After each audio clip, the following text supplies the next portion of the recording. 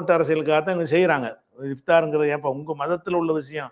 நீங்கள் பள்ளிவாசல் இஃப்தார் பண்ணிட்டு போங்க, வீட்டில் பண்ணிட்டு போங்கன்ட்டு ஒரு நிலைமை மாறினா தான் அது நல்லது. பொதுவாக இந்த இஃப்தாரை பற்றி உள்ள ஒரு பார்வை. நான் வந்து இது வரைக்கும் எந்த இஃப்தார்லையும் கலந்து ஜெயலலிதா காலத்தில் நம்மளை அழைச்சாங்க, கலைஞர் காலத்தில் அழைச்சாங்க, நான் போனது கிடையாது. இஃப்தாருக்கு இது வந்து இது அரசியல் நிகழ்ச்சி கிடையாதுங்கிறதுனால நாம் தவிர்த்து கொள்வோம்னு வைங்களேன். இது வரைக்கும் நான் எந்த நிகழ்ச்சியிலையும் கலந்து கொண்டது இல்லை. ஆனால் முஸ்லீம் தலைவர்கள் தான் முக்கியமான காரணம். அதை வந்து அவங்க திருந்தி இனிமேல் இஃப்தார்லாம் நடத்துறது இல்லைன்னு ஒரு முடிவுக்கு வந்தாங்கன்னா அது சிறப்பாக இருக்குங்கிறத சொல்லிட்டு இப்போ விஜய் விஷயத்துக்கு வருவோம்.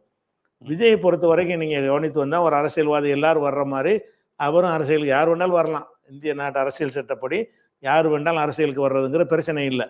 ஆனால் அந்த விஜயுடைய ஒரு விஷயத்தை பொறுத்து பிரத்யேகமாக கவனிக்கிற என்னன்னு கேட்டால், அவர் மக்கள்கிட்ட பரபரப்பு எடுத்துவதற்காக வேண்டிய சில காரியங்களை வந்து பிளான் பண்ணி செய்கிறாரு.